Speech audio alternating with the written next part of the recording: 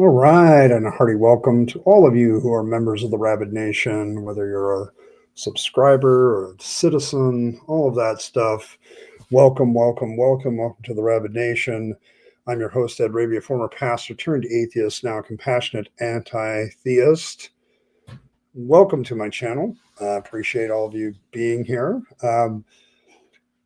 Just a note today, for some reason, YouTube's goal system isn't giving me drop-down menus to select. And so I sent that little problem to the community. So I will see what happens and what answer they have. So I'm going to be keeping track of that manually today. So I can do that.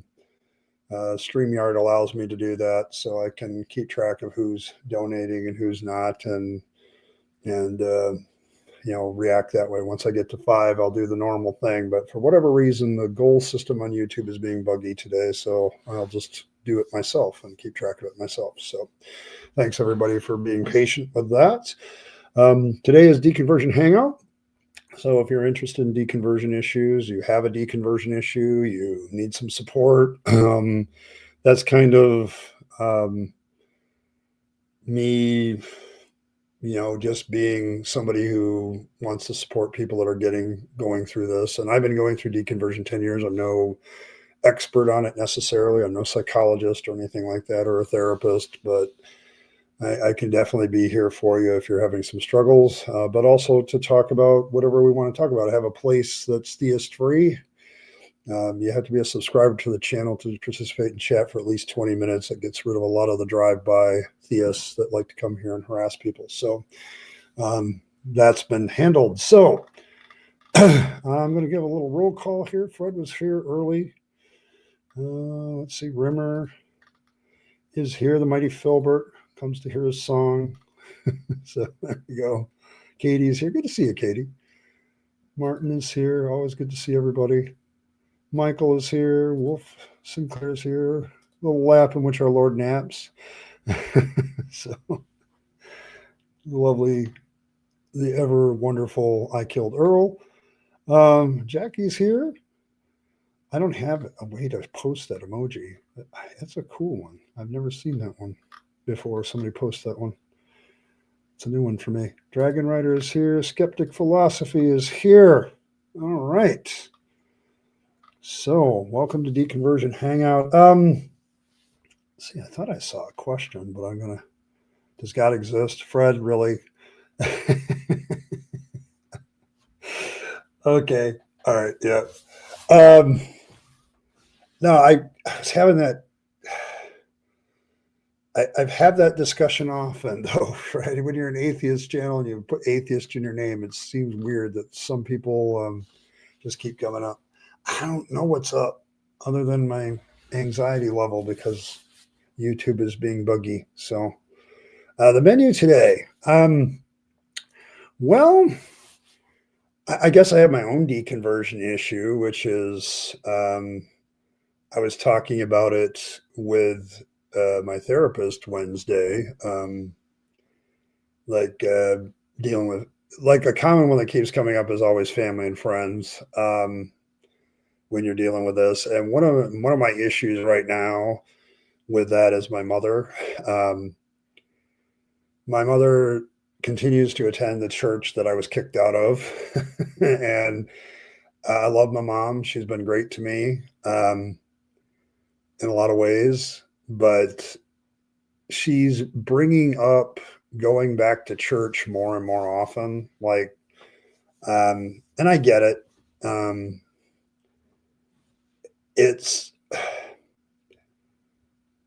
I don't understand why it's becoming a bigger issue with her today. And, I'm going to go see them tomorrow morning again. But every time I meet with my mom and all this other stuff,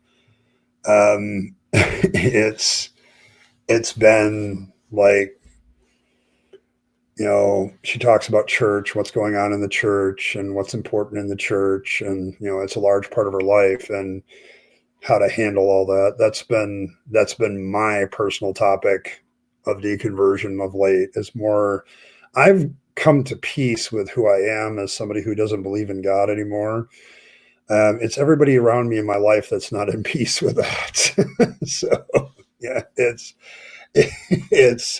how to deal with the fact that other people are not at peace, I guess would be the topic for the day. Because like I don't know how many of you are deconverted long enough that you've come to peace with the fact that you no longer believe. Like I don't know where you are with that. I know that for me, I'm at peace with it now. I'm at far greater peace with a lot of issues in my life than I've been in years.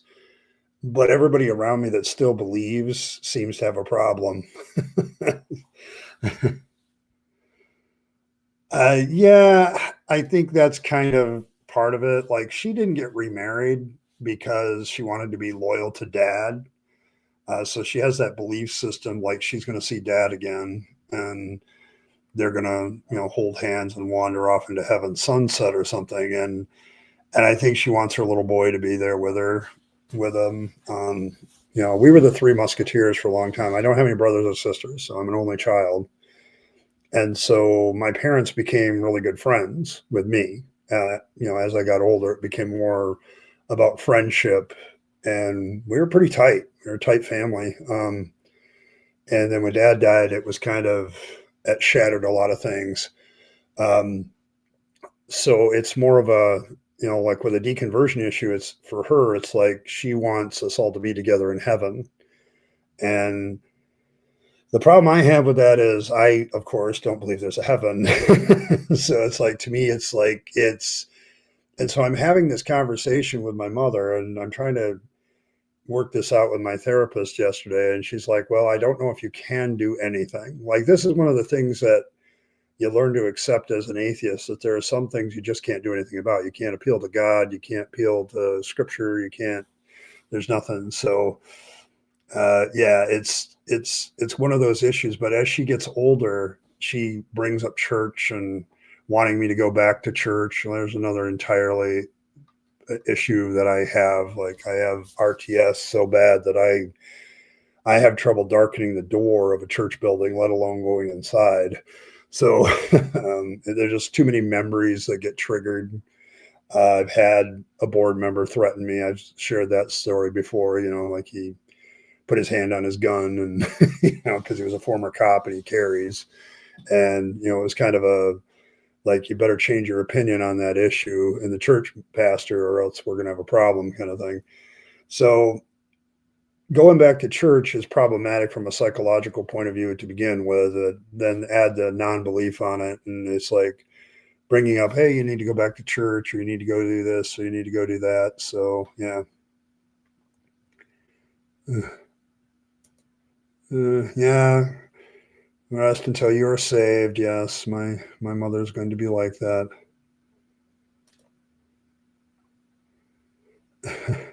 X isn't getting any. Yeah, I know. Like, it's mom and dad, so I'm having trouble having humor about that, Michael. But it's like, yeah, there's no marriage or given in marriage in heaven according to Jesus, but that's not what a lot of people. Tyler doing it for you. You've been lucky with families so far, Stormburn. At least they don't. Yeah, I'm not getting pressed on it. It's just my mom brings it up every time we're together. Like, it's like, what's going on in the church. I'm like, Mom, I don't have any dealings with those people. I've been out of church for quite a while. So, like, a lot of the people that were in my congregation aren't there anymore. There's a few left, but they've changed pastors in that church like 3 times now since I left. So I'm not, the thing with family is, it's like, you have these connections. I've said it before. Do you want to be right about the atheism thing with your family, or do you want to have good relationships? Like, sometimes that's the choice you're offered. And I'd rather have good relationships. So it's kind of like, I can't really push back on it, but at the same time, it gets annoying. So the rest of the family can care less. Yes. Family doesn't either, of course. They would have to speak to me to press me on anything. There you go. Yeah, so you're a Pride Tylenol American? Yeah, I still take Tylenol. Amazing how that works. Um, Like trying to convince someone you have tickets to an event that isn't real so they feel better. Yeah, it's like, I don't know. I don't have that ticket anymore, skeptic. I don't have it. Because I've realized like it's kind of like getting a ticket to Gumdrop Land or something. Like it's just not, it's not a thing. And so I know you were very careful in praising the joke. I get it. So, but yes. And I have Tylenol in Australia, but we still have autism. I don't know what he's that. So the irony is that I have been visiting churches, but that's only because I needed to visit the food banks that they run for the past 3 weeks. Should atheists be running secular food pantries? Probably. Dragon Rider, the biggest weakness in the atheist community is we don't do community as well as religious people do. Like, if you're part of a good community as an atheist, it's a pretty good chance it's not an atheist community. It's like you're in a fandom, a book club, something. You come online and talk with a rabid atheist on every Thursday, Deconversion Hangout. It's like you're not.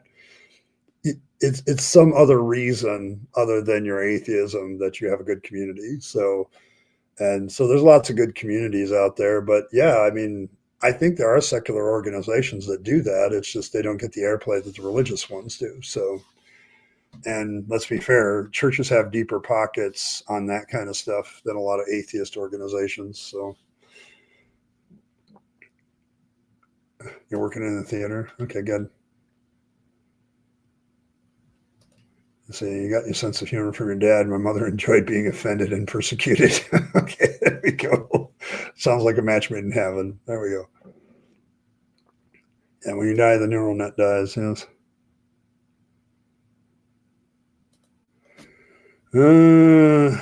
Really? Okay, that's a new one, Dragon Rider. Hold on. Let me put my. Oh wow, that's like a top search almost immediately. So apparently, you're not the only one. The one who is unwilling to work shall not eat. And that is okay. Well, here's the problem with that. It's supposedly a quote from somewhere else. Here, let me do a quick highlight here. Now I'm actually using my Bible stuff. So let's find out where that quote is found. I don't know. They're not giving me a cross reference.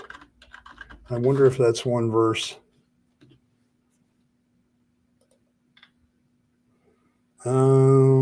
Yeah, because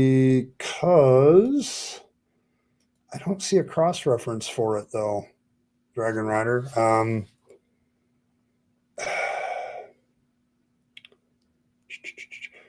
I wonder if it's one of those verses that's supposedly a quote from some other scripture passage, but there is no other scripture passage, so it's problematic.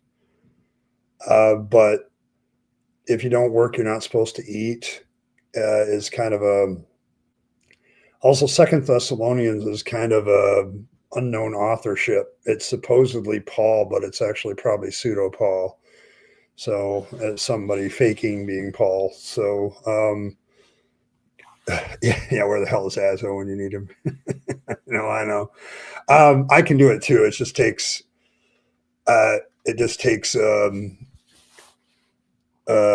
little bit of work on my part. I think more of it like a Bible scholar, like what's the cross referencing, what's all that stuff. But I can tell you why a lot of Christians are using it. Like if you're a MAGA Christian, you don't like freeloaders, you don't like that, even though Jesus is pretty specific about giving to the poor and taking care of the needy, inviting in the stranger. Like they don't want to talk about those verses. They'll run to Second Thessalonians 3:10. And the problem I have with that, of course, is there's a lot of questions about Second Thessalonians in the first place, like the whole book. That's one of the things I ran into when I was shall we say, one of the problems I ran into when I was still deconverting, like I was coming out of the faith, like there's a lot of books of the Bible that aren't written by the people they think they're written by. So yeah, they have an industrial complex. He makes a valid point.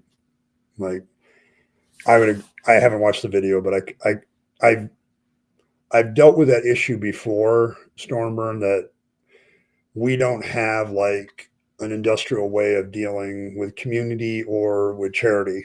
Like there's that. So protect telling my mother only gave me Motrin that I can remember. So okay.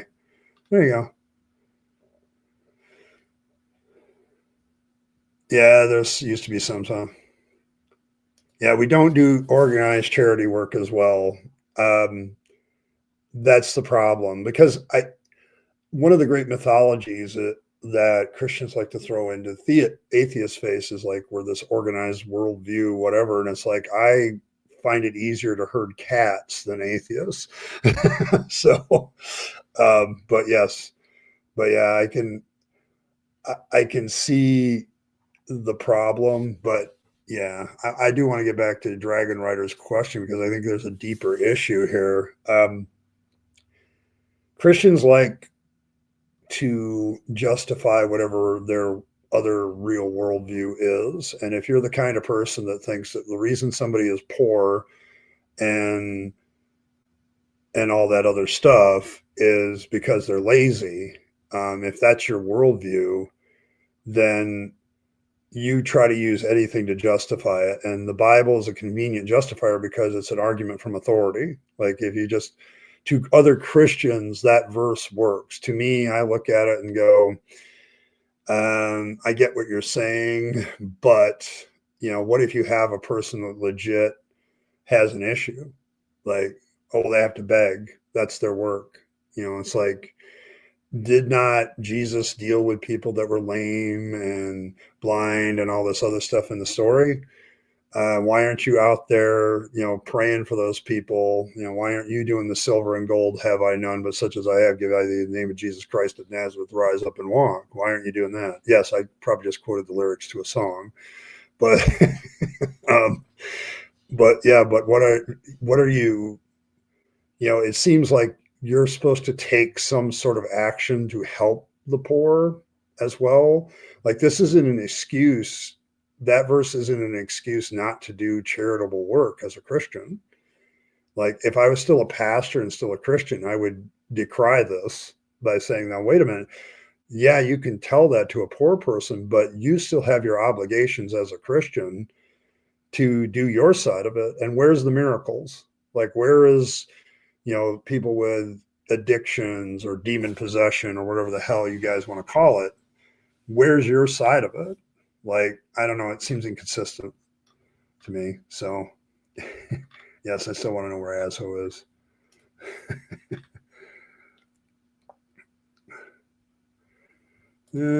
Both Red Cross and World Doctors are. Yeah, there are some. I'm not saying there aren't organizations, but as a rule, you don't see people out of their atheism doing this. It's more secular work. Like there's a difference too, because you can be somewhat spiritual and be part of a secular organization. So, fails, which is usually. I don't know. I haven't actually looked into the data on that, but I do know, like, I work in retail. Okay. I know that our grocery is very well stocked. We've had some low days these last few weeks when normally they have been high. And this area is, a red part of Michigan. Like this is a Republican area. And yet a lot of these Republicans are also on SNAP and a bunch of other things. And so this government shutdown thing affected them as much as any other. So there you go. Giving to him over the poor will always be with you. Yes, that's also true. Like Jesus also, see, this is why my series coming up called Red Letters, Red Flags. Like, I wish these Christians would do all the stuff that Jesus said. And I'd be like, yeah, are you sure about that? Okay. So yeah, it's a bad context read, Second Thessalonians. something about the people in church not working anymore. Thus was a problem in apocalyptic preaching at the time. World is ending, no need to work. Yeah. That's why I think a lot of people think Second Thessalonians is pseudo Paul, because pseudo Paul, whoever's writing in Paul's name later, is definitely looking at the long-term establishment of the church. And so, yes, probably at this point they're like, hey man, you gotta get off your ass and go work. We can't keep giving you money. So it's like it's one of those things where um the church was changing and becoming more institutionalized, and so now they had a problem with who they were going to give charity to. Like if you read the book of Acts, which is another trip in itself, but the story of the book of Acts is everybody's giving money and distributing evenly. And so whether you worked or not, you got the money and you got supported. Well, what happens when the apocalyptic edge falls off of that? Well, now you got freeloaders, you got this, and then people get pissy because not everybody's doing their fair share, and on the list goes. So the community starts to fall apart. And so, yes, you start to switch it. But I can see why Christians today would use that verse, because it justifies them not being charitable to people that they think are just freeloaders. So, yeah, I can see it. For the multiplied bread and fish. No, I didn't have to do that. Like, the story of the fish and loaves is interesting because nobody had to do anything except be there.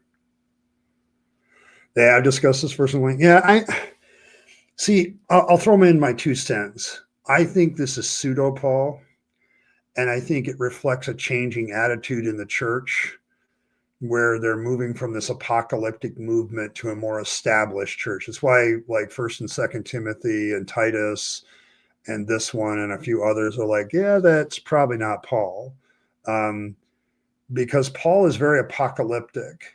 And then all of a sudden he changes in his supposed later letters, where he's not as apocalyptic and he's more organized church, get things ready for the long haul. And he was never that way before. Like, so there's a definite theological difference between the 2 types of letters. The ones we know are probably written by Paul and the other ones that aren't. And Second Thessalonians, I think, is definitely one of those we don't think is written by him. So, but yes, it's to me, it's just like the church was changing, so they were changing their attitudes. It's like every religious movement ever to me. So, yeah, sometimes they're usually a ripoff. There's a lot of administrative costs, quote unquote. Yeah, it does. That's, yeah. Yeah, Eric, you make a valid point. And that's why a lot of people think Second Thessalonians isn't Paul. Like it's First Corinthians is definitely one of the books people think was written by Paul, whereas Second Thessalonians is pseudo Paul. So and of course, a fundamentalist Christian, getting back to Dragon Rider's question, a fundamentalist Christian doesn't see that. Like they think it's all written by Paul. And so they look at it as a way to, okay, I don't have to help my neighbor. Even though Jesus says, love your neighbor as yourself, Paul says, people that don't work shouldn't eat, and so they can get around it. The Bible is full of lovely contradictory loopholes like that.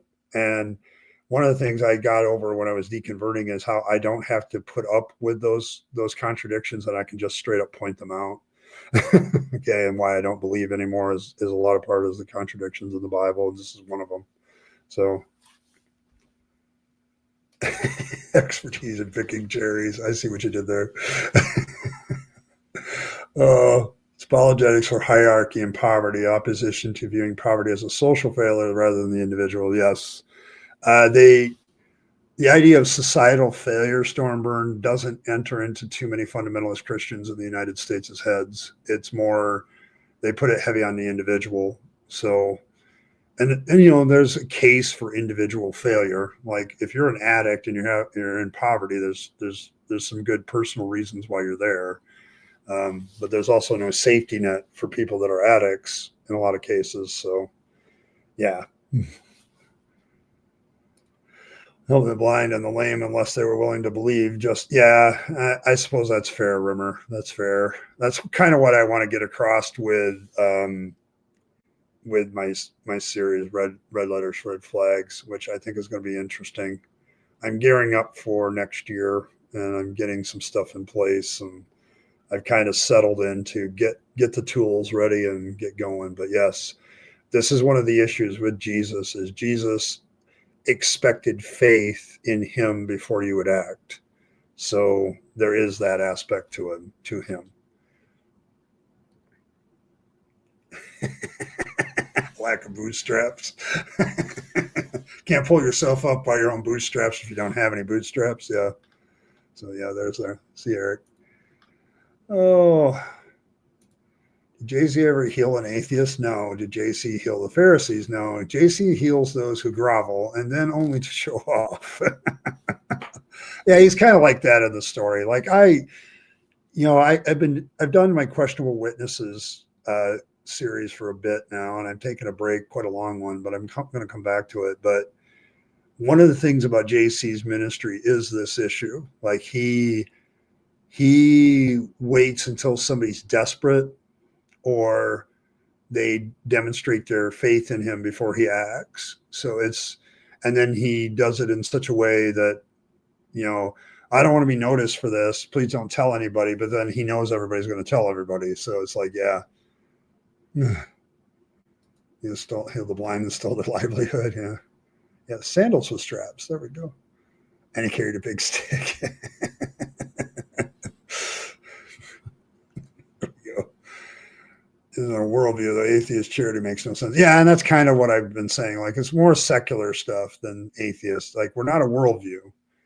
I don't think atheism has the capability of being a worldview. I've said that many times before. It can be part of one. Like if part of your worldview is how you view religion and faith in that, yeah, certainly atheist part of that. But how you reach out to society, what your moral compass is, those are all things that don't require a God. But also you can get into philosophies and moral systems that God or no God, it doesn't make a difference. So you can have people in those systems that believe in God, but also people that don't. So yeah, hated pigs too. Yeah. Brian healed the hermit. Yes, that's true.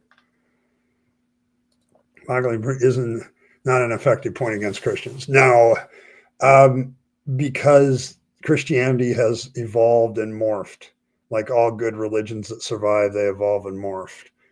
And one of the greatest morphing of a belief system ever was second century Christianity. Like they moved from this apocalyptic movement to this actual religion in the second century. And it's a brilliant thing. It's what caused it to survive, and then getting political support from Constantine later, and poof, Christianity works.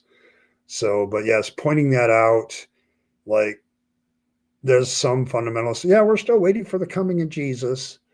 And then there's others who are like, well, that's not really what you're taking it out of context. I get that a lot, Cranky. I'm always taking stuff out of context. So apparently. Salty and crunchy. Yes, don't quit your day job just because it's World's Moon. Hey, Alex, good to see you. Out of season fig trees. That's one of my favorite stories, Earl. Like, it's not even the season for figs and he still curses it. Like, what the hell is that about? Like, Jesus kind of being a whiny bitch at that point, ain't he? I don't have any figs. You love giving it to the poor. Okay. Sand boogers are no joke. Okay. Jesus would have looked Jewish. Those were boogers? Yeah. Don't ask. First lie, God exists. Second lie, Jesus is God. Third lie, Jesus shall return. Fourth lie, God is love. Yeah, there's a lot of lies. Doctrine shift. You see this even by 95 with First Clement when he addresses people who thought Jesus was coming back and he didn't. The church was having to shift to a longer. Yes, that's the issue. they were having to move from this apocalyptic group that was thinking Jesus was coming back within a generation to, okay, all the people that originally believed in Jesus are dead. Now we have all these other believers that are kind of second, third generation. What do we do with it? And they did a great job of shifting the doctrine. They did an absolute stellar job, which is why Christianity is still here. Okay. If there hadn't been a certain mindset among Christian believers of shifting the doctrine to a more long-term stability issue, Christianity would have died out of like a lot of other cults back then. There's tons of cults that propped up back then and they didn't survive. But Christianity survived because it was able to adapt, and it did it. So you don't want to hear it when we have billionaires. Okay, fair enough. That Paul was working for the Romans to steer the church away from socialism of Jesus. Jesus is more authority. I don't know about that. See, the problem with that, with any view about early Christianity, is I think, oh gosh, was it Paulogia and Bart Ehrman talking about this? Because they were talking about the idea of there being a unified Christianity in the first century. Oh, that's another big lie. Like there were different sects of Christianity all over the place believing all kinds of things in the first and second centuries. It's just there's one group of Christians that changed the belief system well enough and politically got the right connections to change things. I mean, I don't think it's a conspiracy theory for sure, but there were tons of Christian groups, many of whom later got, became heretical according to the Orthodox group that survived, that did the best job surviving. So it became an internal struggle where a lot of these other smaller groups or lesser known groups got just pushed out. So, but there's no unified Christianity in the first, second century. I learned that by studying the church fathers. Just read the church fathers sometime and ask yourself what theological disagreements they had. They were legion. Like they definitely disagreed with each other on several major points. So it's like, yeah, it's not a universal thing. So yeah, it's only part of the puzzle. When Pharaoh said, it's quite the one with God punishing the family. When Pharaoh says no, then Jesus says love one another. Yeah, it's kind of a reach. Yeah, it's a reach. Baron von Munchausen was with him. Yeah, the church doesn't believe the Jews. No, they don't. Yeah, he also only acted when there were plenty of witnesses, according to the story. Although you could argue like Jairus' daughter is an exception to that. Like, but he still took in 3 of his disciples in Jairus. So yeah, a cat with a trust fund. There you go. It is organized to be required to file the Form 9. I want transfer to know where the donations are actually going to. Yeah, good luck with that. It's funny because here's the weird thing. When I was still pastoring a church and I asked for transparency, like of our particular church, like I was all into that. Like, where's the money going? Like we claim we took all this money for this event or that event, for this cause or that cause. Do we have actual proof that that's where it went? And I thought that we should actually like post that stuff on the bulletin board. You know who had the biggest objections to that? The treasurer. So transparency is not coming around to religious organizations in the United States anytime soon. Because if you actually had transparency, you would see like most charitable organizations, the vast majority of the money is going to the administrators of that charitable organization. So there you go.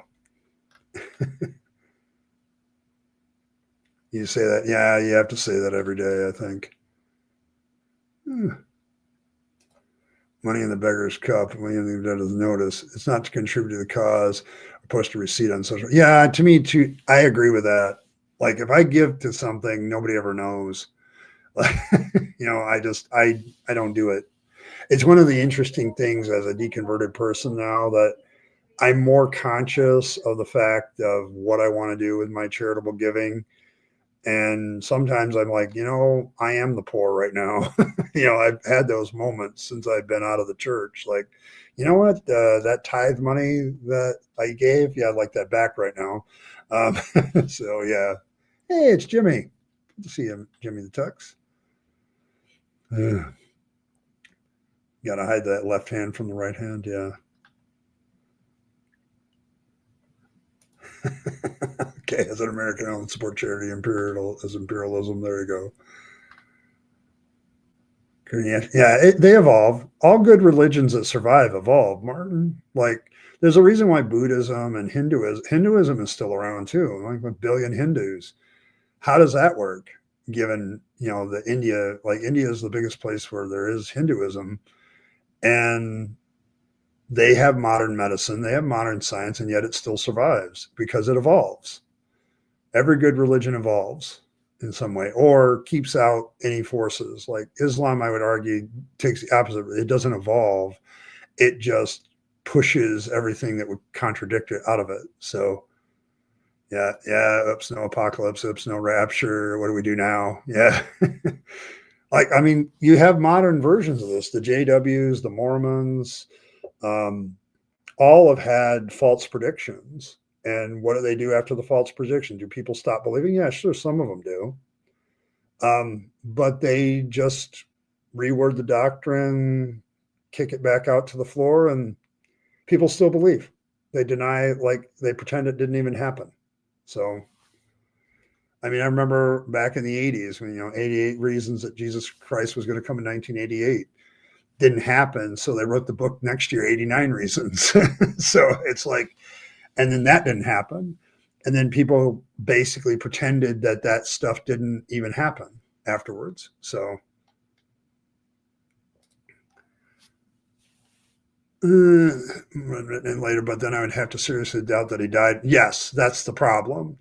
Um, because you would have to push Paul's death backwards and the whole story about him be beheaded and his skull, his head being kicked through the streets of Rome would have to be a false story, because Second Thessalonians is definitely written after that time frame. That's the problem. Like you have one or the other. You either have to get rid of the martyrdom of Paul to have all these pseudo letters, because that's part of the problem with the pseudo letters is they're definitely written to a later Christianity. You can see it if you just pay attention, but it is the problem. But they want to pull out that verse because it allows them to not, when you're pulling out a verse like Second Thessalonians 3:10, so that you don't have to do what Jesus told you to do, which is feed the poor, give a cup of water to somebody who's thirsty, entertain the stranger in your home. We don't want to do that. I don't want to interrupt my life by actually going out and finding a homeless person and actually giving them a home. I don't want to do that. Okay, so I'm going to pull out the other verse so I can say, hey, you're not working, so you don't deserve to eat. It's like, okay. It's one of those things that Christians like to do. They try to find the verse that basically supports their current behavior and blissfully ignore many others that would contradict that behavior. So that's the problem with the Bible, is it has contradictory ideas of how you should behave. And so people pick and choose. And that's the problem. Yes, because of the religious designation. I know it's infuriating, but I get it. But I have thought for years, like, why would churches have a problem? Why would religious organizations have a problem with transparency if they're supposed to be on the up and up and have the truth? Um, and you got to understand that inside the church, there is an argument there. Like there's some Christians who have a problem with a lack of transparency. Okay, because they give money to the church and they want to know where it's going. So, and then the church organization says, well, we don't really have to tell you. So, yeah, Marcion could be considered the first. I don't know about him though. He's kind of weird. So, yeah, he has his own issues. Oh yeah, there wouldn't be a story if you weren't doing it in front of an audience. I don't know. Catholicism makes that claim, but Orthodoxy also makes that claim, Katie. I've had many debates. I've had recent conversations with Orthodox Christians, and they claim that theirs is the oldest tradition. And then the Catholics will come along. No, ours is the oldest tradition. So there's an argument. So I would agree with that, Rimmer. I think the real orthodoxy started at about the time of Constantine when he kind of codified everything. That's definitely probably a valid point. So, because I don't really think there was an Orthodox Christianity before then. Like I said, there were Pelagians, there were Gnostics, and these are just the major groups. Like there were so many offshoot cults of Christianity that it's ridiculous, and a lot of it hasn't even been cataloged.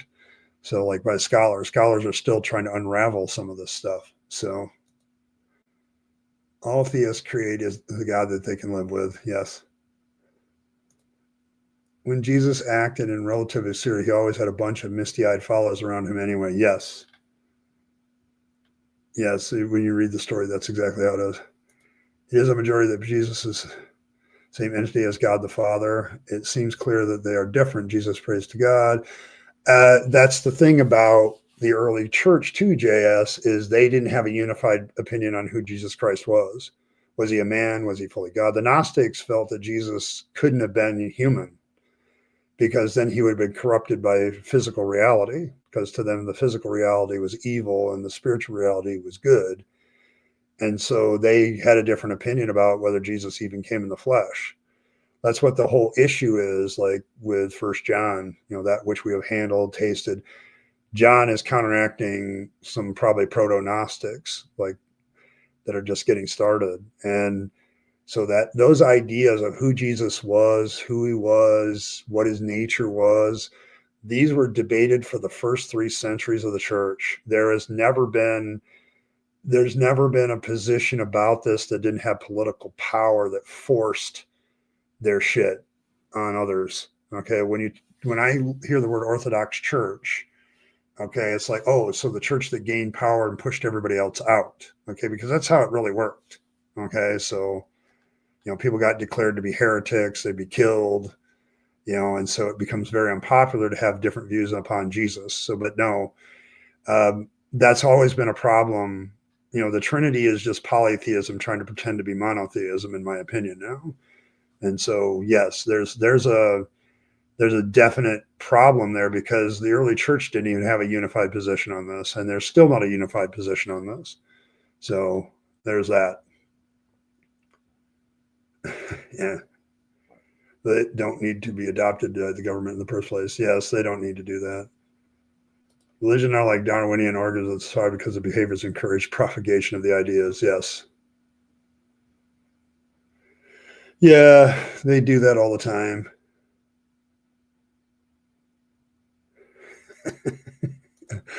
I didn't know that. I'm a bit of a Bible dumb. I don't know enough to argue with your average uninformed Christian. Yes.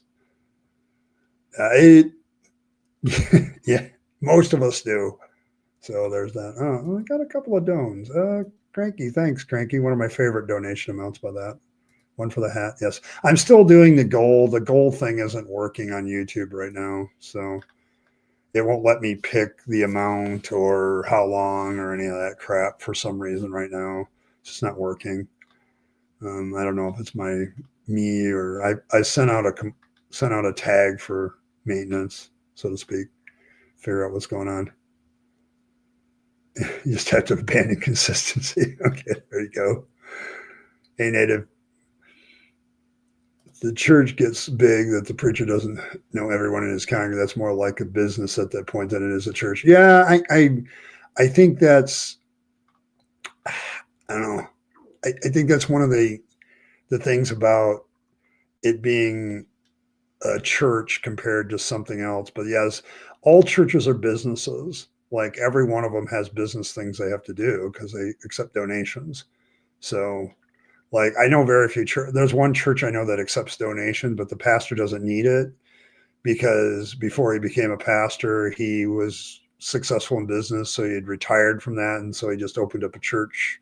He doesn't take a salary or anything. There's like one out of hundreds that I know of. So preaches section thinks it's finished, and we're not waiting for Jesus to come back. So small, but the UU church and some others hold it. Yes. Yeah, there's a few. Imagine 2 denominations arguing. 4 gazillion cats can't be wrong. That's true. Yeah, there were main Christian cults. There was a lot of them, though. Remember, if you really look into this, like me, in just my brief thing here tonight, I'm just scratching the surface of how many different Christian cults there were in the first and second centuries and on into the third. Like, there's a major difference of opinion on who Jesus was out the gate. Like, and they're different camps. Paul, in one of his real, what is believed one of his real, am I a Paul, Apollos? Who the hell is Apollos? Apollos comes out of nowhere. Like, was there an Apollos led type Christianity? Like, there's already three different camps of Christianity, according to Paul, that he knew about. I can't imagine how many different viewpoints of Christianity there would have been once it got established. Like, everybody's like arguing for one thing or another. So, it gets a little easier for me to deconvert when I realize that there was so much arguments about Jesus, and the guy's, technically his corpse isn't even cold yet. Okay, and who was he is a question. So, but yes. Oh, Fangs is here. Hey, Fangs. We're having fun we're having fun here. Should approve today.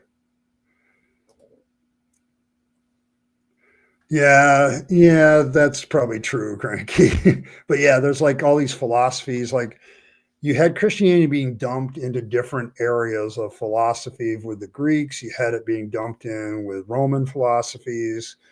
The different political groups, of course, had different reasons for accepting Christianity or rejecting it. So you had all these reasons back in the first and second century for Christianity to be as very divisive and be used as a religious political tool, to the point, eventually in the fourth century, it just kind of takes over.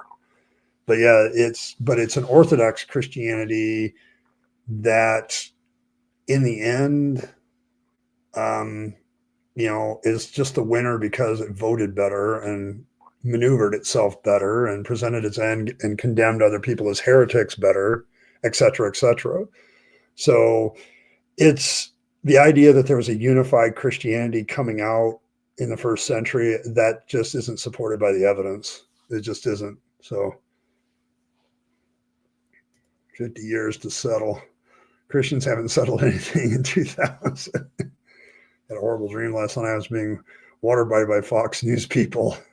Kept asking me if I love white people. Okay. That's a bad dream to have. Mixing up Docetism and Gnosticism. Descendants thought Jesus was not flesh and blood. No, that's not what I've heard from Gnostics.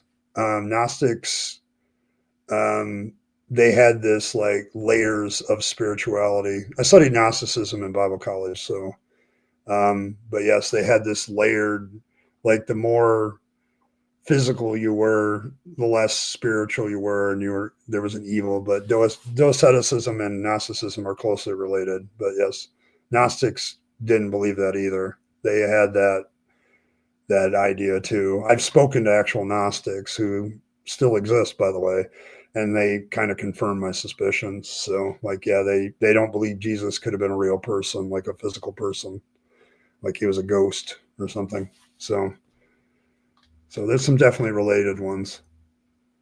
Various scientific district helps a lot with showing how informed theology is. You can actually read a lot of the original arguments in nature archives. Yes. Yeah. Fangs. Oh, hi, Fang. You still here? Lots of sarcasm run to Lord Kelvin, who was insisted Child and I were wrong and should bow to his physics cred. Okay, there you go. Ah, they read sarcastic to you. Okay, fair enough.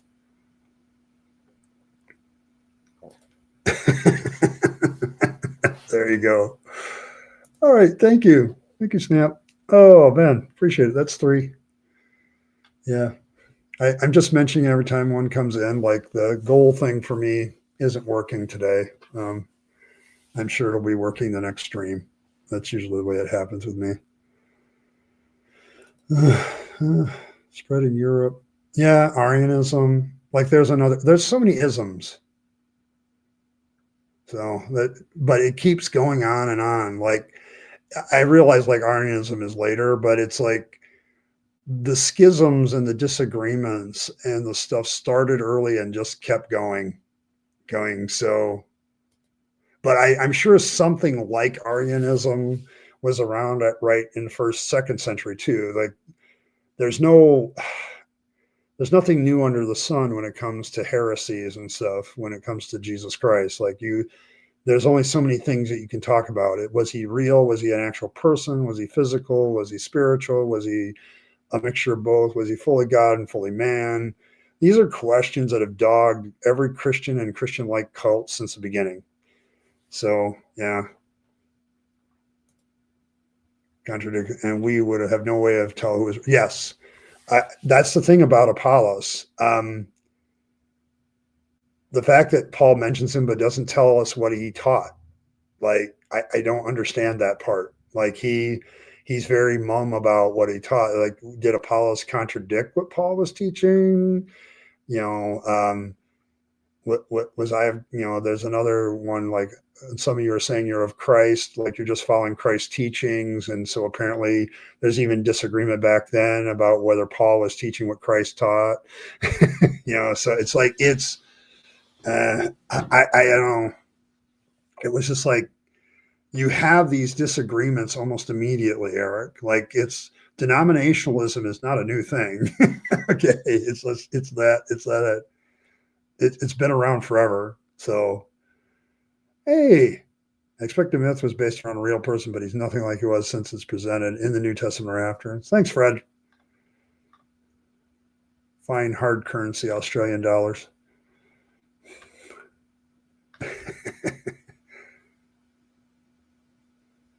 Between sciences on a week. Oh, well, that's pretty interesting. Or issues according to my notes. Since leaving Christianity, have your views on love changed? I mean, do you think is unconditional love actually a thing? Unconditional love. That's a very, very nice idea. It's a very romantic idea, isn't it? Which kind of lends me to the belief that it's kind of fiction. I, you know, I think the idea of unconditional love actually can kind of be dangerous. Like, I'm thinking about marriages and Christian marriages in particular, where you have this, like Paul in First Corinthians, if you're taking Paul's writing seriously about marriage, he basically tells a believing spouse to stay with their unbelieving spouse as long as they're content to be with that. Like if you're putting whether you stay in the marriage in the hands of the unbeliever, okay, so you have to demonstrate unconditional love to them, that no matter what they do to you, okay, you have to still love them. And I'm going to tell you right now that attitude leads to a lot of abuse. Like I know a lot of women, I just got to keep loving him for Jesus. Eventually he'll come around, he'll become a Christian. And I'm like, the guy's beating you every month. You know, yeah, it's like you need to get out of this marriage. And it's, you know, it's like forgiveness, like unconditional forgiveness. I don't think that's a good thing either. Like all you got to forgive, it helps you get over it. You can get over the emotions of stuff without forgiving a person. You can do that. I have. Okay. But yeah, it's my views on love are, I think you got to be very careful, and you got to, as a deconverted issue, you got to define what love means. I get where your question is coming from, and it's an important question. But for me, love has changed where I understand that there's a reciprocity in love. Like if you're loving somebody and they're not loving you back, okay, that's a problem. Okay. And seems to me that love should at least have the condition of the other person loves you back. Like, is it really love if you're doing it and they're not? Like it's, to me, you have like, 1 Corinthians 13, the love chapter, you have to throw that out. Okay. Because you have to really go back and ask, okay, what the hell is this? But yeah, I'm at the point where I'm not going to waste my time loving somebody that doesn't love me back. That's the reason for my divorce. Like, I divorced my wife because, like, the more I talked about our relationship and our love and we needed to work on things, she didn't want to do any of that. She didn't want to pay any price to keep the relationship, or didn't place enough importance on me being in her life to do something to keep me in her life. And, I'm like trying to work on our relationship. And she's like, I don't think we need to do that. We just need to, we'll all get over it. We'll be fine. And it's like, it wasn't fine. So I don't know if I believe in unconditional love anymore. I don't think it's a thing. I think when you enter into a relationship, there is expectations that you have out of that relationship. There's expectation the other person has, and you need to talk about that. Okay, so there's some conditionality to the relationship.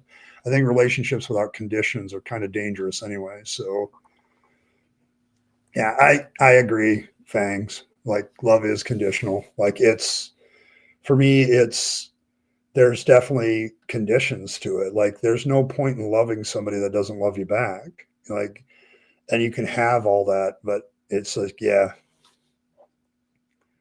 Chucky Doll crime spree. Oh, there was an argument that it was Pentecostal type Christianity at the start. So yeah, some Pollyanna bullshit. All right. Okay. Yeah, I think there's some views. That's the problem, skeptic, because like the early Christianity is such a mess. Like, everybody tries to make it hardwired skeptic, but when you look at all the different philosophies and things, and there's stuff that we don't even know about because nobody wrote anything. Okay, but there's indication that there was a lot of sects and divisions in the church early by the writers that do write. They just don't name all the names. So yeah, I think that's. But even your dog, if like, dogs are probably the closest thing to an unconditional love, because I would agree with that. But even a dog will start to turn on its master if it's abused enough. Like, it will happen. Okay, so or they'll die. They'll just straight up die in their unconditional love. So yeah, it's probably the closest thing I would say I've ever seen. But dogs are better than us. So on that front, okay. So yeah, humans are humans. I don't buy it. But yeah, I don't. The unconditional love thing, I think I discarded because the moment I deconverted, because it's like I had noticed inside the church so much abuse of those two concepts: unconditional forgiveness. You got to forgive or God won't forgive you, or you got to love me because you're trying to achieve unconditional love. I think there's more abuse that comes out of those two ideas because people take advantage of that. Those ideas, that people that really believe those things, they try to do those things, and then other people take advantage of them. And it's really a sick, twisted kind of thing. And I get tired of watching it, Fred. Like, I would watch these sociopathic people take advantage of that all the time. Like, you got to love me, you got to forgive me, all that crap. Yeah, if you croak in your apartment and they have nothing to eat, they're going to eat your face. Yeah, that might be possible. So, designed to peril malevolent keeps people in abusive. Yes, that's kind of what I'm getting at.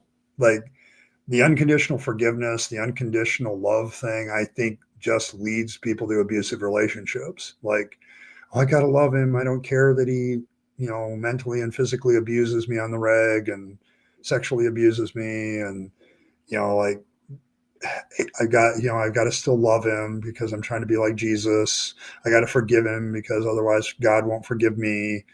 It is used that way a lot in the church, and yeah, no, I think it's a dangerous idea. So,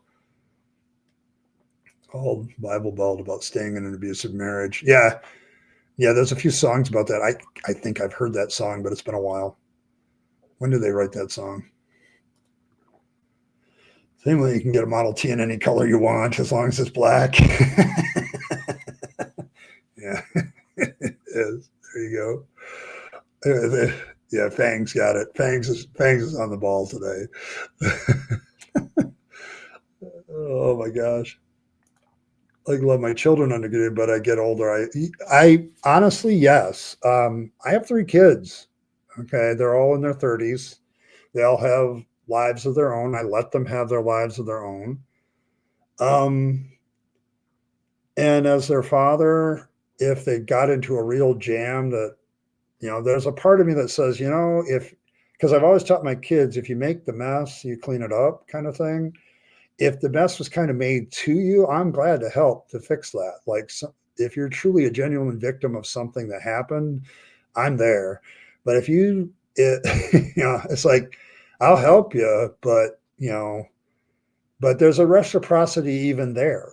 Like, I'm expecting my kids to take care of me later because I took care of them when they were young, but I'm not sure that that's going to necessarily be the case either. And so I think that as parents, you might have a little bit of that from time to time. Like, I'm just going to love them, even though I think they're stupid. But you constantly, as a parent, judging whether you should get involved later in life. Like, it's not your business. Okay. So does that make it conditional? I don't know. See, I don't buy unconditional love that much anymore. So you do love on Angela. Oh, you can love her. Go ahead.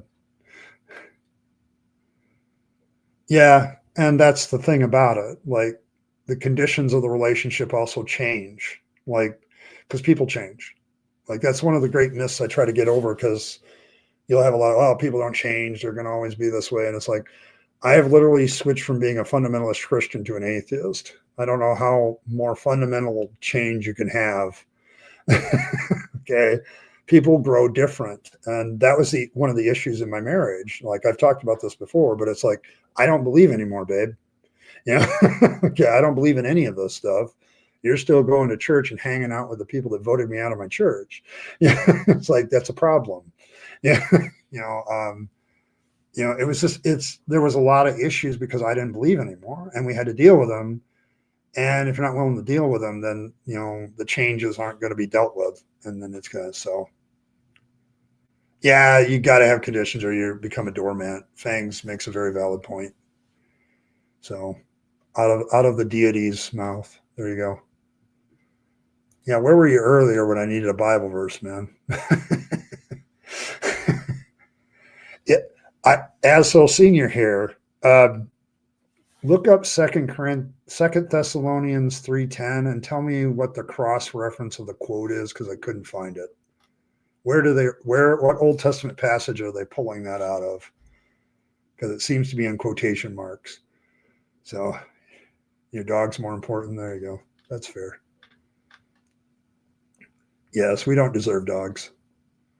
I'm not even sure we deserve rabbits. Yeah, it doesn't tell you the truth either. Love is kind of an emotional thing. Don't get me wrong. I think we need those emotional connections, and love is a very important one. But as somebody who looks at things more naturalistically, I also see how things change. Like, change affects love. It affects why you love somebody, how you love somebody over time. Long-term relationships learn to adapt, okay, in their love for each other. When you look at these people that have these long-term relationships, they definitely have a way of adapting over time. So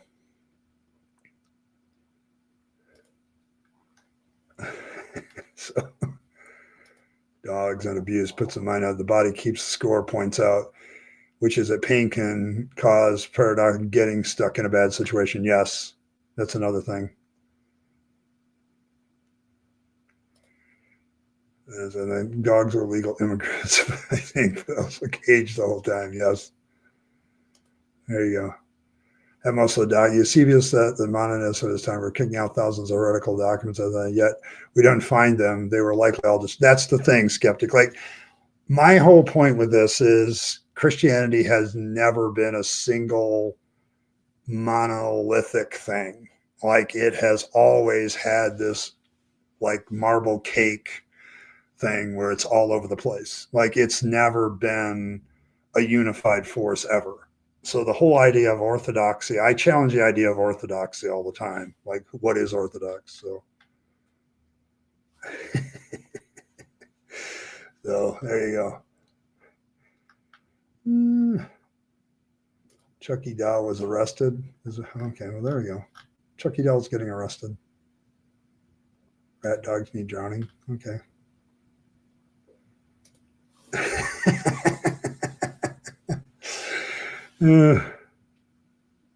She now tells me that after 2.5 marriages. There you go.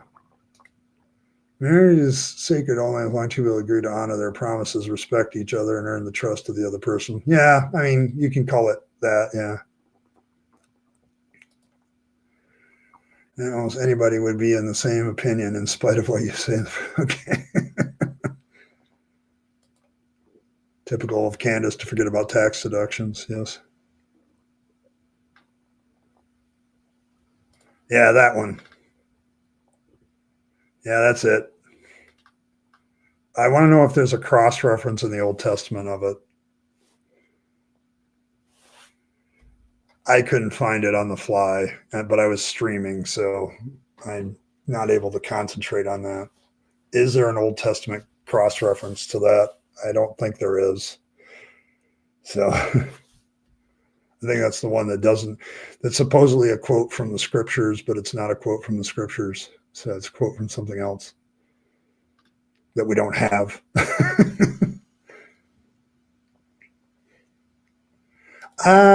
Yeah, that you must love somebody at all times is quite stressful. It's why when people ask me what's the most damaging thing that religion does, particularly Christianity, it's those two ideas. The idea of unconditional forgiveness and unconditional love are both very dangerous ideas that lead to a lot of abuse. So,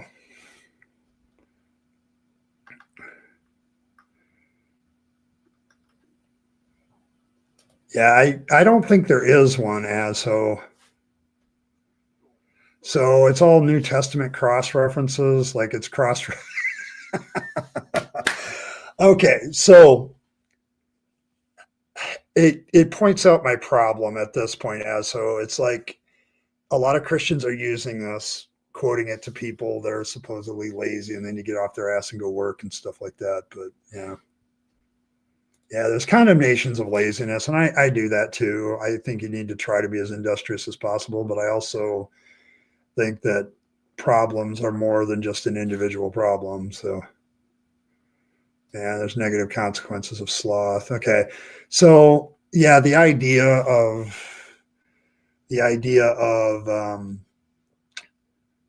being lazy or slothful is definitely biblically condemned in both testaments. Okay, so fair enough.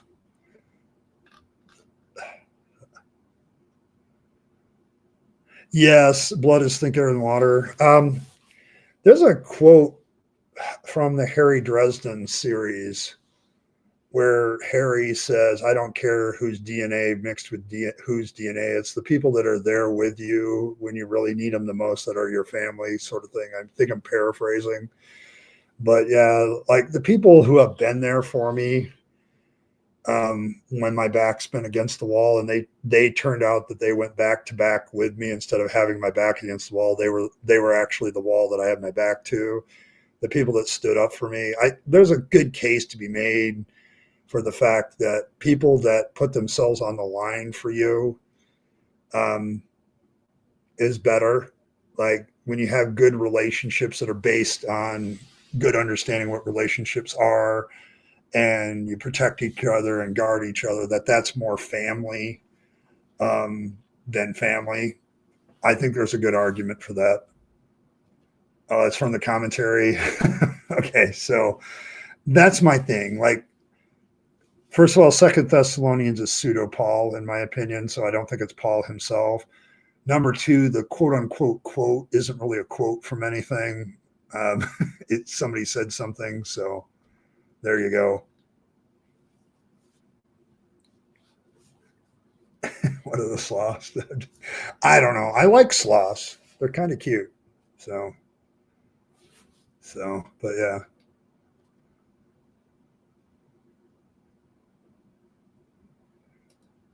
Yeah, there's no. Yeah, that's true. There's no Christian text found with Dead Sea Scrolls.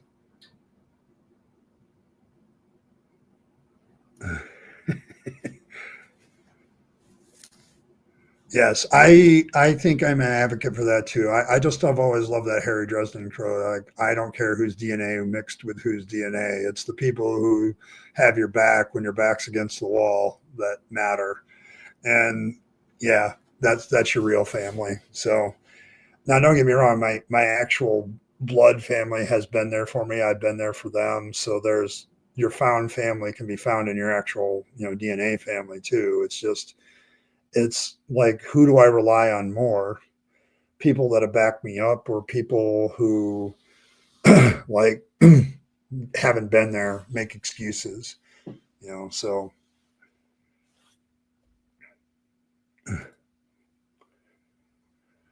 yeah, I mean, I get that too, Katie, because I'm a minimalist from a monetary point of view. Like, I don't buy crap I don't need. Like, I mean, I have everything around me is something I enjoy or I've used in the last 2 years. If I haven't used it in the last 2 years, I get rid of it.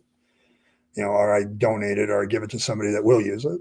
So there's a couple exceptions to that, like books, but for the most that, yeah.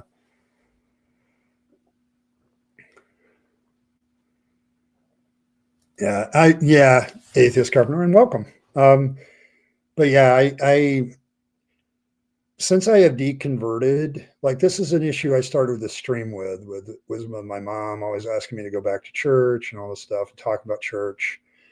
Um, but we've kind of come full circle since that to this idea of what your real family is.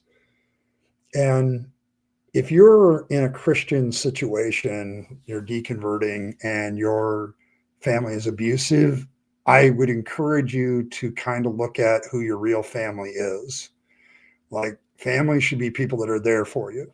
Okay. And you're there for them. Like, it should be reciprocal. And, it's like, it's not about the DNA matches at that point. Okay. It's about who's supporting you on your decisions. Like, if your decision are, hey, I don't believe in faith anymore, then somebody, and I'm working through this deconversion issue, then, and somebody's being supportive of that and you're supporting them, to me, that's far more valuable than blood is thicker than water. Okay. Like, who is really there for you? So you're saying that churches shouldn't have staff. Okay. There we go. Yeah, that's probably true. Like, you can't be busybodies. You got to work for it. You can only count on the Uber Eats guy, and he's a little shady. I don't know. I mean, I count on this community, and I have a particular relationship to. You guys have been there for me on occasion with some encouragement. I don't expect much more than that. Some of you give to the channel. I appreciate that. But there's an understanding. Like, all relationships have to have these understandings. And if you don't have it, you got a problem. So, but then, I have my own biological family that I count on, because, I've taught my kids, that at sometimes there may not be anybody and you have to come back to your family, and we've been there for each other. So there's some good family elements in my family. And then there's others from the people of faith that want to keep dragging me back into faith. So it's like, it's like, you got to find the people that are really there for you. And, I have a lot of problems making friends. So, like, I, that's me and my therapist talk about that issue on a reg, because my autistic self doesn't, I've gotten to the point in my autism, like most autistic people are very trusting and people take advantage of that. I've gotten to the point where that's flipped. So it's like, I'm not trusting at all. So, self to be born, no one asked her and she was comfy. But if she does not exist, then my existence is questionable. Correct. I would still believe in you, Fangs. Well, not believe in you. I mean, I know that that's what the real issue. It's a chemistry claim, not human psychology. Family does not automatically have a claim to your acceptance. They still have to be worthy. Yes. I think this is the biggest issue for a deconverting person, because one of them, like, you have all these Bible verses that say, like, honor your father and mother, or be there for your family and do all this stuff. But it's like, Um, when you get out of it, you realize how that can lead you to a lot of toxic relationships inside your family. Like there's certain issues in your family then that you never deal with because of faith. Okay, this is how religion poisons everything. Okay, like it's your your relationships are poisonous and the doctrine says don't do anything about it. Okay. Your parents are abusive to you, for instance, is a good one. Honor your father and mother, respect them, your days will be long on the earth. And it's like, no, I think respect and honor should be earned even from parents to kids. Like you should earn your kids' respect. Okay. You should earn your kids' honor. Okay. And that's a very different one. I've always had that attitude, even when I was a Christian, but still, yeah, we love you, Fangs. Everybody loves Fangs. You are the cutest deity ever, I swear. So there you go. Chasing money to feed my family. I work 2 jobs all the time. I don't have many people around me that give a damn, and I'm cool with that. I did what I had to do. Yeah. And see, that's the thing, Ron. If that's what you do, that's what you do. Like I don't have to have my reasons, any really rational reasons to help my kids or my grandkids. I don't. I know they love me. Like my grandkids are great.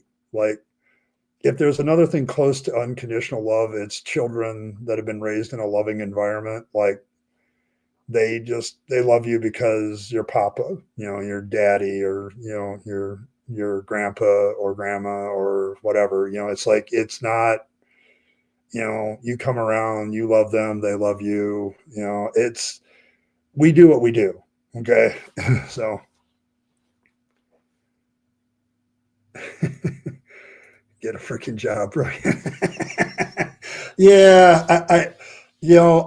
I think all love is conditional. I think that's a good one.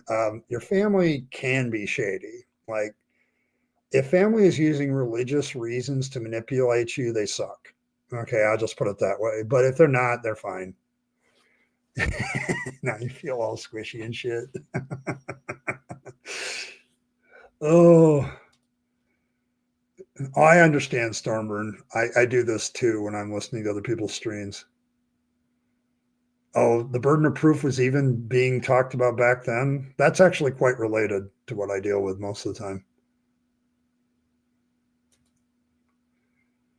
I don't know if he was an Essene either, although he does have some Essene like. That's what I'm saying. Like even among Judaism in the first century, there's all these different sects. So it's like, did Jesus' teachings, when they're written down in the Gospels, were they a reflection of all these different sects at the time? So yeah, it's different. It's difficult. That's my point. You are the theist is no longer bound by the religious dogma. They live in the real world now and have the right to consider to value themselves as people around instead of the gods. Correct. That is also very, very correct. All right. Yeah, but I think tonight's stream's been pretty good because we've had a lot of discussions about who real family is. Getting back to that unconditional love, unconditional forgiveness, see whether that's a real thing or not. I think you need to consider if you're deconverting. Okay, this is my message to you if you get this far in the video. If you're deconverting, you need to understand that your relationships need to have value to you and you need to give value to them. Like there's a reciprocity that's a part of human behavior that religion tries to get rid of. So there you go. Oh, I think it should be. Like otherwise, like if I love you and you love me back, I really feel like there shouldn't be like abuse in that. Okay. Like there should be a conditionality of a lack of abuse. Like there should be something there that says, this is what love is. And so we need to display that towards each other. Like, I think that should be it. So you're always correct. Okay. There we go. My father has what honor your father meant me, but he can't tell me what the previous word in 10 Commandments is. Yes. Eric, don't let him do that. Like, no, I would throw it back. No, dude, if I'm going to honor you, you need to earn it. And that turns the table on that discussion real quick. but I'm not going to, if my dad was doing that, and I don't think he would, my dad was a very loving person. I learned a lot about something close to unconditional love from him. Um, but yeah, if my dad was doing that, I'd be like, no, I don't believe that anymore. Okay, so what have you done to earn my honor and respect? Like, I don't believe honor and respect are just given. Okay, you have to earn them. So, nom, nom, nom. That was carrot worthy. Okay. So Fred did something that was carrot worthy. There we go. Yeah, I think they might have. They did because they were an apocalyptic group too. And then when their stuff didn't come to pass, they kind of died out. Unlike Christianity, when their stuff didn't come to pass, they figured out how to adapt. So that's the difference. But yes, if you learned anything today, make sure that your love has some conditions that protect you from abuse. Okay. And that includes with your family that's still religious. Like, I don't know, maybe I've got to learn that and be like, Mom, I don't really want to talk about the church. It's just not a comfortable topic for me. So I was a New American Standard Bible guy. Like, it's a very accurate translation, but it's also 8th grade level or higher. And I preferred it for its accuracy, but it's also choppy and a little bit, it doesn't flow as well as some of the other translations. So, but it's very accurate as far as translation. But that's what I preferred in seminary. And I preferred that pretty much most of my ministry too. People are like, what version are we in? The New American Standard Bible. So, yeah, that's also a good one. New Revised Standard. The Revised Standard is not a bad one either. But yeah, I was definitely a New American Standard because I used to check my translation work of the Greek with it, and it was usually very, very accurate. So, but it's also I said no Revised Standard Updated Edition. Yeah. So, but yes, Revised Standard is pretty good. New American Standard was the one I did all the time because I liked it. So, but I also read at a college master's degree level. So I like the ones that are more accurate to the actual translation instead of playing liberties with the text. Like the NIV plays a lot of liberties with the text. So electric boogaloo. Okay. Yeah. But yeah, there's I still have my New American Standard. I think the Bible behind me on the one side, the black one there, is on my New American Standard Bible that I was preaching from when I ended my ministry. It's still there. I've been asked why I kept that a couple times. It's part of my life. And every once in a while I pull it out and look up something. So, because I know where everything is. Because, you crease your Bible in such a way. So, hey, Amanda. Wow. Good to see you again. I'm going to about knock off in about 10 minutes, but I'm glad you're here just the same. This is actually a good stream to watch if you're deconverting when it comes to dealing with family and love and all that stuff. So we had a lot of good discussions about that today. So,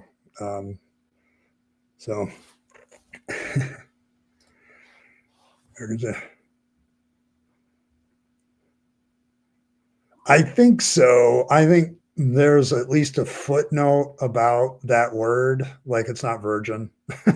So yes, a young woman will have a child and give birth.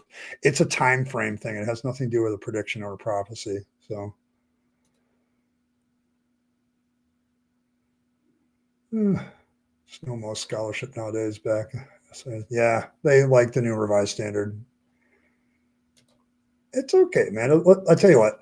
I think you should watch it when you get home. If you're really dealing with issues about who your family really is, we talk about that. So, yeah, see, when I was a Pentecostal in the Assemblies of God, I had to kind of be a KJV guy to a point. But yeah, eventually I started preaching from other versions because people were like, what did that say? C.S. Lewis Study Bible. Now you said C.S. Lewis. Now B.S. will probably show up. You've summoned him. Spiritus Bunny. Really? Yes, Fangs is here in the chat. Part of my life is how I feel about my Bible. Yeah, it's like I have books in my library, Eric, that are purely there for nostalgic reasons. Like they're there because they were part of my life, or the philosophy contained in them is part of my life still, maybe a little bit. But my Bible is like, that's my last preaching Bible. I haven't preached from it in a long time. So, hey, no problem, man. I Deconversion Hangout is about that. Like, if you give me questions, I'll break and answer them. The nonsense that's usually going on in chat, I try to sift through to find some substantive stuff. But I love everybody here. Don't get me wrong. It's just, and sometimes I need the humor too. But it's like, I'm here to answer questions. Now, I will sometimes tell you I have no flipping idea because I'm not there and I haven't been there. It's not my experience. So I've said it before. I'm no psychologist. I'm not an expert on deconversion. I've just been deconverting for quite some time, like 10 years plus. So it's still a process for me because every once in a while, okay, I still have stuff that crops up. Like family that are still religious is still an issue for me. Like it doesn't go away just because I want it to sometimes. So you grew up with a living room by my until the King James Version is the authority. Okay. Well, that's a good one. May nibbles be upon you, Amanda. There you go. See, Fangs is a fun deity. Fangs shows up every once in a while, Amanda. So it's good. You always read the NIV. I have a lot of grade for that. There you go. Yeah. I mean, it's something we all have to work on it. So, all right, folks. Actually, I have got to take off. I've got to get ready for work. It's my Friday night, though. So, but we are doing an event at Walmart tomorrow. So I am actively involved in making sure that goes smoothly. So I am going to call it a night because I'm going to need to decompress for a little bit and get something to eat and all that. So thank you very much, everybody, for stopping by in the stream. Great conversation tonight. If you came in late, this is probably one of those streams that's worth repeating and listening to again. So, but yeah, thanks for all of that. I appreciate all the well wishes in the comments right now. I appreciate that. But it's a great stream tonight. If you're struggling with family, struggling with unconditional love, unconditional forgiveness, this is a good discussion tonight. So, it's well worth a rewind on this one. So thanks for that. And so everybody, thank you very much. May Fangs, who's in the chat, nibble on all of your hearts. May he, purify all the religious corruption from your vegetables. Of course, the carrot is not corrupted. It is the most holy of vegetables. You can make it more holy by circumcising it. You can protect your stashes of whatever stuff that you have stashed by leaving a circumcised carrot on top of it. Fangs will take that instead of your sash. So, but thank you very much, everybody, for stopping by. Nom nom and all that. May Fangs bless you all. And as always, live your best life. You only get one go around and then it's over. So you want to take all your time, money, and opportunities and spend them on yourself, the people you love and care for, and to make this a better world. You'll be happier if you do. Don't waste it on trappings of religion and faith. That's a dead end. I speak from experience. And as always, thanks for stopping by. And I'll catch you next time on Saturday for the Saturday stream. I don't know what we'll be doing yet, but I'll see you then. Thanks, everybody. See you later.